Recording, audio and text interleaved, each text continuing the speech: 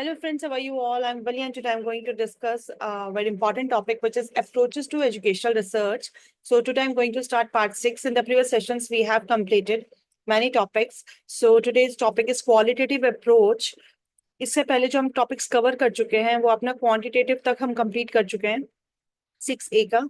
सो आज मैं आपको करा रही हूँ क्वालिटेटिव जिसमें हम पढ़ेंगे डिजाइन इन एजुकेशनल रिसर्च हम नेक्स्ट में पढ़ेंगे। आज हम पढ़ेंगे complete qualitative approach. Qualitative approach में कौन कौन से रिसर्चेज आती हैं वो हम पढ़ेंगे। सो फर्स्ट आता है व्हाट इज क्वालिटेटिव अप्रोच। हम क्वालिटेटिव रिसर्च किस चीज के लिए यूज करते हैं? क्वालिटेटिव मतलब जहां पर आप क्वालिटी चेक कर रहे हैं, जहां पे आप न्यूमेरिकल नंबर्स का यूज नहीं कर रहे हैं अपने रिसर्च में किसी भी इशू को एक्सप्लेन करने के लिए, किसी भी फिनोमिना को समझने के लिए, या किस तरह के क्वेश्चंस हैं, क्या रिसर्च क्वेश्चन है उनके आंसर्स ढूंढने के लिए, चीजों को एनालाइज करने के लिए हम क्वालिटेटिव रिसर्च का यूज करते हैं। और जनरली इसके अंदर जो हमारा डेटा होता है वो अनस्ट्रक्चर्ड होता है जिसको आप एनालाइज करते हो।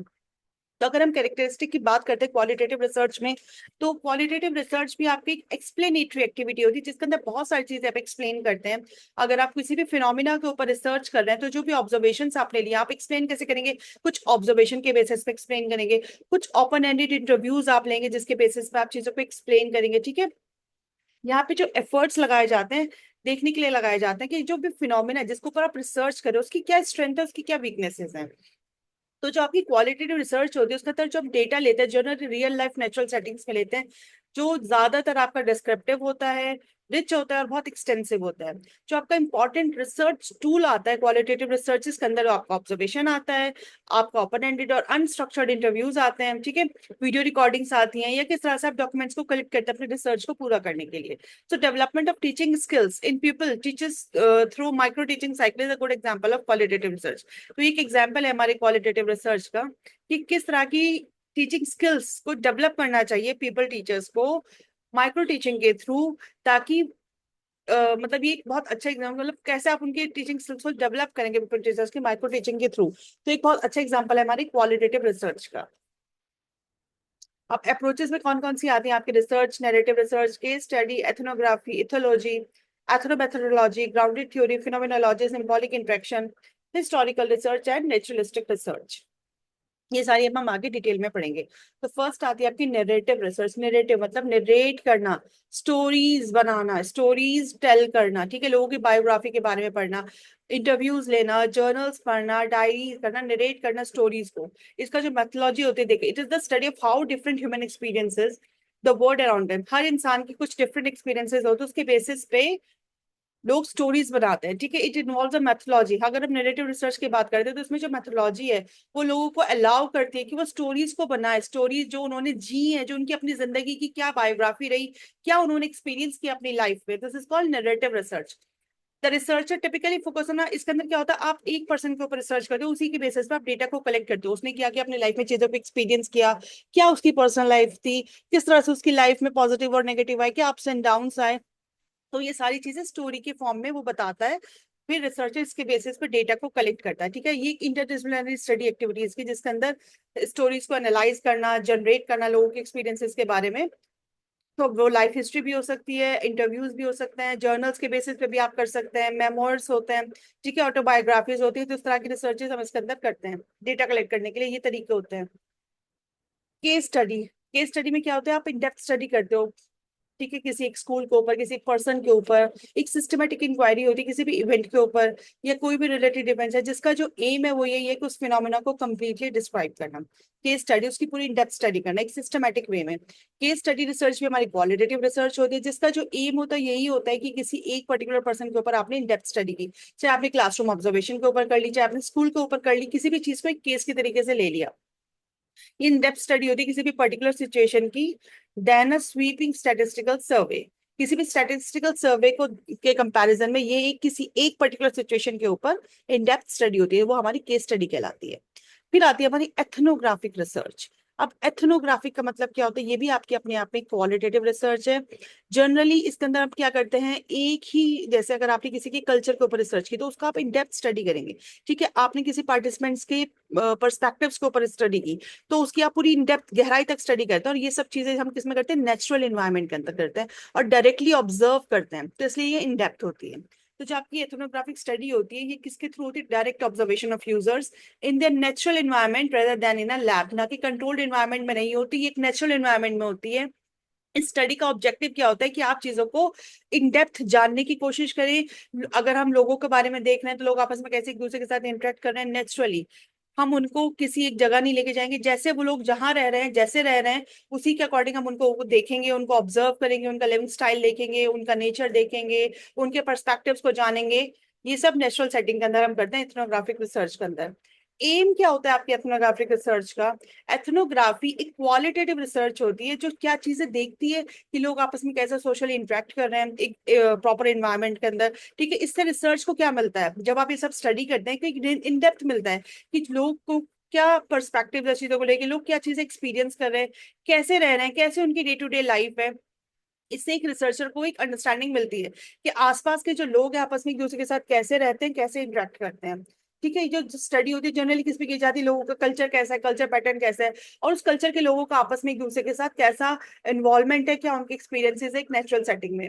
ये एक सिस्टमेटिक स्टडी होती है लोगों के ऊपर या उनके कल्चर के ऊपर, और इसको डिजाइन ही इसलिए किया जाता है कि आप दूसरे के कल्चर के फिनोमिना को अच्छे से एक्सप्लोर कर पाए, समझ पाए क्या हमारी सोसाइटी को आप कैसे ऑब्जर्व करते हैं, क्या उनका पॉइंट ऑफ व्यू है। ठीक है, ये सारी चीजें हम एथनोग्राफिक रिसर्च में करते हैं। फिर आती है आपकी एथोलॉजी। एथोलॉजी का मतलब क्या होता है कि किस तरह से आप ह्यूमन बिहेवियर को स्टडी कर रहे हैं, एक सोशल ऑर्गेनाइजेशन को एक बायोलॉजिकल पर्सपेक्टिव के बेसिस पे। कोई भी चीज कैसे ओरिजिन हुई है, क्या उसके कैरेक्टरिस्टिक थे, और किस तरह से कल्चर ऑफ डिफरेंट सोसाइटीज को आप कैसे चीजों को आप कंपेयर करके देख सकते हैं। लोगों का अलग अलग कल्चर के लोग एक ही सोसाइटी में रहते हैं, ठीक है, उनका क्या कल्चर पैटर्न्स हैं, किस तरह से उनके बीच में डिफरेंसेस हैं, तो ये चीज आप कंपेयर कर सकते हैं एथोलॉजी स्टडी के अंदर। नेक्स्ट आता है आपका एथनोमेथोडोलॉजी। ठीक है, एथनोमेथोडोलॉजी का मतलब क्या हुआ? ये भी अपने आप में एक सोशोलॉजिकल अप्रोच है जिसके अंदर हम लोग आपस में डे टू डे लाइफ कैसे स्पेंड करते हैं, क्या उनके आपस में सोसाइटी में एक दूसरे के साथ इंटरेक्शंस होते हैं, वो सब चीजें हम इसके अंदर देखते हैं। जो एथनोमेथोडोलॉजी होती है वो एग्जामिन करती है कि क्या मेथड्स हैं, क्या प्रैक्टिसेस हैं, लोग हमारी सोसाइटी में क्या चीजें मेंटेन करते हैं, कैसी चीजों को समझते हैं, कैसे सोशल ऑर्डर्स को समझते हैं अपनी डेली लाइफ में। फॉर एग्जाम्पल लोग आपस में एक दूसरे के साथ कैसे मिलते हैं, ठीक है, कैसे सोसाइटी के रूल्स करते हैं और कैसे एक दूसरे के कन्वर्सेशन का मीनिंग लेते हैं। तो इसका मतलब ये होता है कि किस तरह से आप सोसाइटी के अंदर सोशल ऑर्डर को मेंटेन कर रहे हैं। ये आता है हमारे एथनोमेट्रोलॉजी में, और इसके जो फाउंडर थे होते हेरोल्ड गैरफिंकल। 1967 में इन्होंने इंट्रोड्यूस किया था कंसेप्ट अंडरस्टैंड करने के लिए, taken for granted rules of social behaviour. और ये स्टडी के अंदर हम क्या करते हैं, यही चीज देखने की कोशिश करते हैं कि कैसे लोग आपस में एक दूसरे के साथ इंटरेक्ट करते हैं, कैसे वो एक दूसरे के साथ रहते हैं अपनी डे टू डे लाइफ के अंदर। तो जो मेथड है हमारा sociological analysis that examines how individuals use everyday conversation to construct a common sense view of the world. यही इसका कंप्लीट समरी है एथनोमेथोलॉजी की।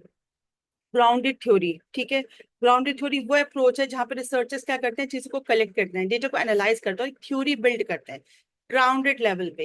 इसका जो की पॉइंट्स है वो यही है कि इसके अंदर आप पैटर्न्स को देखते हो, ठीक है, फोकस किसको होता है आपका पैटर्न्स पे, कंसेप्ट्स पे, क्या रिलेशनशिप है, क्या लोगों की रियल वर्ल्ड ऑब्जर्वेशन है, डेटा को कैसे कलेक्ट करते हैं, कैसे एनालिसिस करते हैं। ठीक है, इससे क्या बनती है आपकी थ्योरी बनती है लोगों के एक्सपीरियंसेस के बेसिस पे।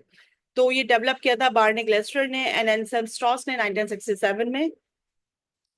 जो आपकी ग्राउंडेड थ्योरी जनरली हमारी रिसर्च मेथोलॉजी होती है कि लोग किस तरह से चीजों को सोच रहे हैं, कैसे उसको डेटा को निकालना, डिफरेंट डिफरेंट पॉपुलेशन से आप चीजों को लेते हैं। जैसे कि हम रिसर्च में देख सकते हैं कि रीमैरिज के बाद या आफ्टर डिवोर्स के बाद या प्रोफेशनल सोशलाइजेशन के बाद क्या लोगों के अंदर चेंजेस आए हैं, तो इस तरह की चीजें हम इसके अंदर देख सकते हैं।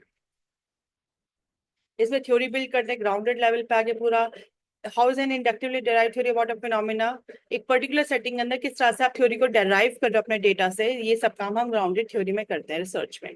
देन आपका आता है फिनोमिनोलॉजी, किसी भी फिनोमिना के ऊपर रिसर्च करना, ठीक है, यूनिवर्सली लोग कैसे रहते हैं, कैसे एक्सपीरियंसेस गेन करते हैं, ठीक है, लोगों के आपस में कैसे एक दूसरे के साथ इंटरेक्ट कर रहे हैं। अगर इसका एग्जांपल लें, a researcher should explore a phenomena like, researcher explore करे एक फिनोमिना जैसे कि एंटी सोशल बिहेवियर। अगर प्रोफेशनलिज्म में आके या फिर आप किसी जॉब में बहुत एंटी सोशल बिहेवियर दिखाना है तो उसका क्या रिजल्ट्स आपको देखने के लिए मिलते हैं। वुमेन्स का क्या एक्सपीरियंस है किसी पर्टिकुलर डिजीज के साथ, मीनोपॉज हो गया या डायबिटीज हो गई, किसी भी एक डिजीज के ऊपर आपने लोगों वुमेन्स के एक्सपीरियंस जानने की कोशिश की। इस तरह की चीज आप किसमें करते हैं, फिनोमिनोलॉजी के रिसर्च में करते हैं। For example, a researcher could explore a phenomenon like antisocial behavior in the workplace, women's experiences with a particular disease and many more. तो किस तरह के एक्सपीरियंस, किस तरह की एक्टिविटी एक पर्टिकुलर पार्टिसिपेंट के पर्सपेक्टिव जान के आप जान सकते हैं, एक फिनोमेना के ऊपर आप रिसर्च कर सकते हैं किसी भी टॉपिक पे, वुमेन्स को लेके या कोई भी एक टॉपिक आप लेके कि उनका क्या पर्सपेक्टिव उस चीज को लेके।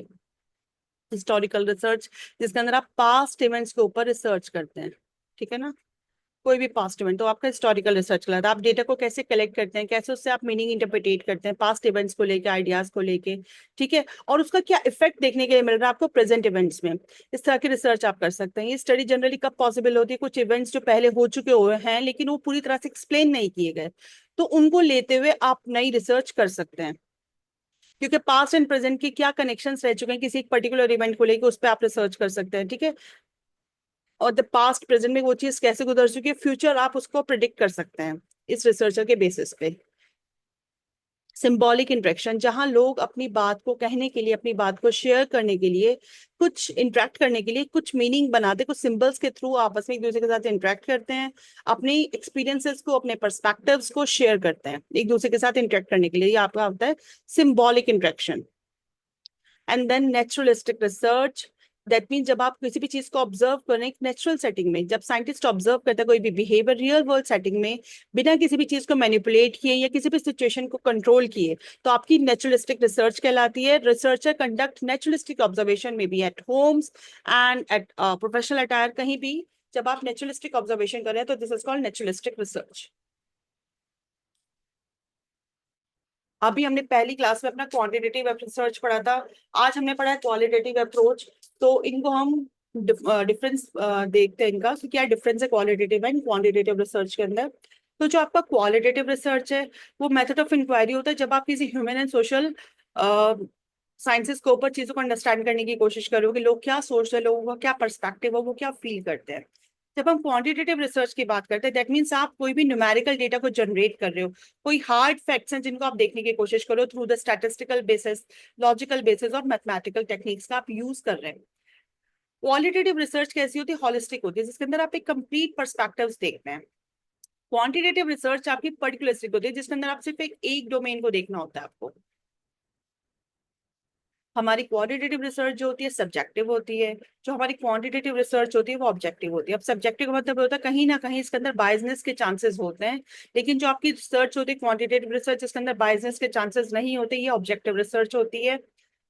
रिसर्च क्वालिटेटिव आपकी एक्सप्लोरेटिव होता है इसका नेचर, ये आपकी कॉन्क्लूसिव होती है जिसके अंदर आप कंक्लूजन निकालते हैं। रीजनिंग आपकी इसके अंदर इंडक्टिव होती है और ये इसके अंदर हमारी डिडक्टिव रीजनिंग होती है। क्वालिटेटिव रिसर्च में जनरली हम पर्पसिव सैम्पलिंग करते हैं, इन दैट केस हम रैंडम सैम्पलिंग करते हैं। क्वांटिटेटिव में ये प्रोसेस ओरिएंटेड होती है और ये आपकी रिजल्ट ओरिएंटेड होती है। हाइपोथेसिस जनरेट होती है इसके अंदर, इसके अंदर टेस्ट होती है। रिजल्ट क्या होता है, डेवलप करते हैं इनिशियल अंडरस्टैंडिंग, क्योंकि हम इसके अंदर एक्सप्लोर करते हैं, और यहाँ पे हम क्योंकि कंक्लूजन करते हैं तो यहाँ पे आपका फाइनल कोर्स ऑफ एक्शन होता है। तो ये था हमारा क्वालिटेटिव एंड क्वांटिटेटिव रिसर्च का difference.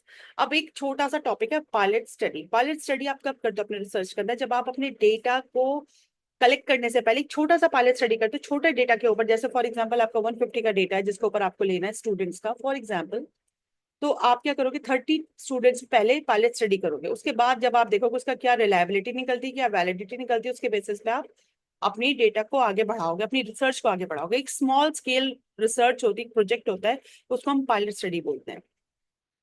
So this ensures that the experiment measures what it should and that everything is set up right. इससे आपको ये पता चल जाएगा जो प्रॉब्लम्स आपको इन 30 में आई कि किस तरह के रिजल्ट्स आपको देखने के लिए मिल सकते हैं अपनी आगे की पॉपुलेशन में।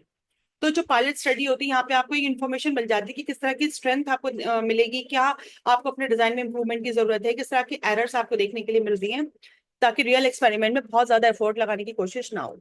सो ये था फ्रेंड्स हमारा आज का lesson. In the next lesson we have to cover practice questions on approaches to educational research. So thank you friends, have a nice day.